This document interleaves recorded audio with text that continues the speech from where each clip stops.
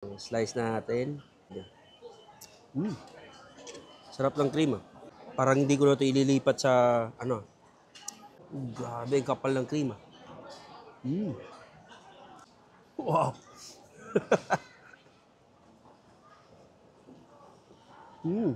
So yung itaas is meron siyang frozen chocolate at saka ang crunchy.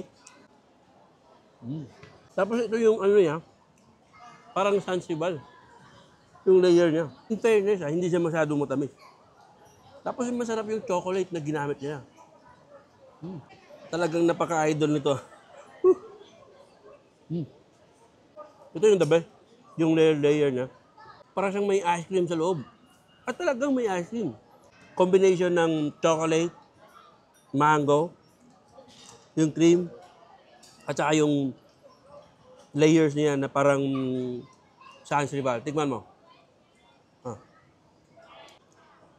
Tapos merong peanut.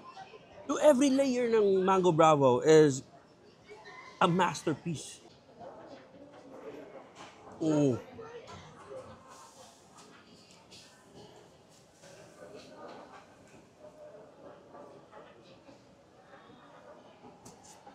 This is unbelievable. Maraming salamat na gumawa kayo ng ganito kasarap na cake. At dinala nyo pa dito sa Cebu ha. Parang gusto kong ubusin yung isang cake nito ha. Tapos lahat ng favorite ko nandito eh. Yung mangga, yung chocolate. Dati naririnig ko lang ito yung Contis Bake pero hindi ko pinapansin. Kasi sa laman ng utak ko, napapatrend yung mga vlogger naman eh. Diba?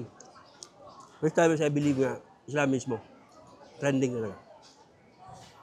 Every layer worth it talaga. But anyway, halina kayo dito sa Contis Bake Shop, sa takeout nook nila.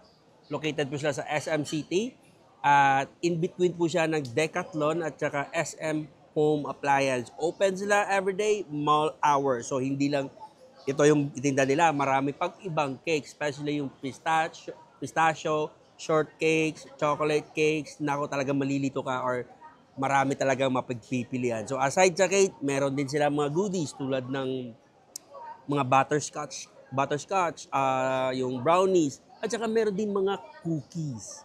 So, halina kayo dito sa Contis Bake Shop at try nyo na po itong Mango Bravo Cake na talagang nagustuhan ko.